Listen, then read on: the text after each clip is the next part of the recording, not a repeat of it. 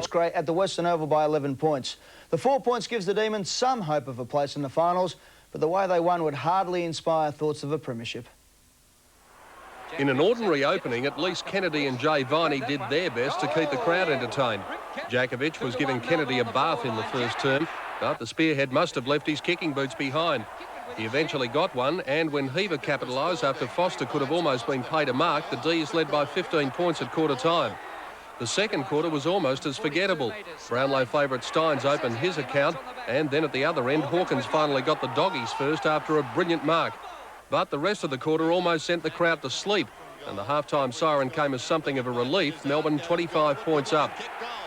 There wasn't much to fire the imagination in the third term, but 2 marks resulting in goals by Chris Grant gave Footscray some chance, the margin 10 points at the final change.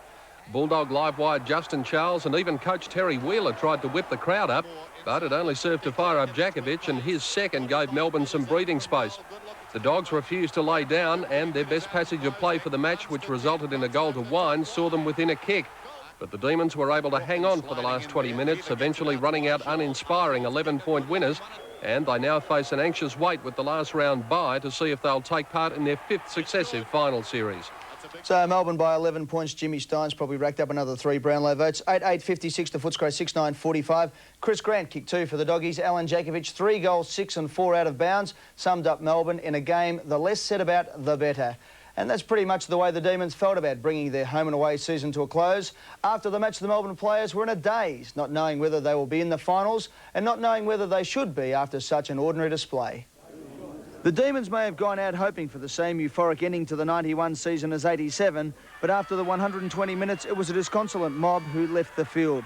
Sure, they'd achieved their aim, winning the match, but the sombre mood in the rooms after the game showed that the players and the coach knew better than anyone that this was just a performance. Maybe, I think even if you were a coach today, you would have stood up and your arms would have been flying around everywhere, because it was just one of those appeared terrible games. There was so many fumbling, the disposal of the ball was terrible, the turnover on both sides was, it wasn't very good at all. However, we've come away winning the game at Footscray, which probably isn't a bad effort when you analyse it. The Demons with a bye next week now must sit and hope that either Collingwood or Essendon slip up, a position they should never have been in after their great start to the year.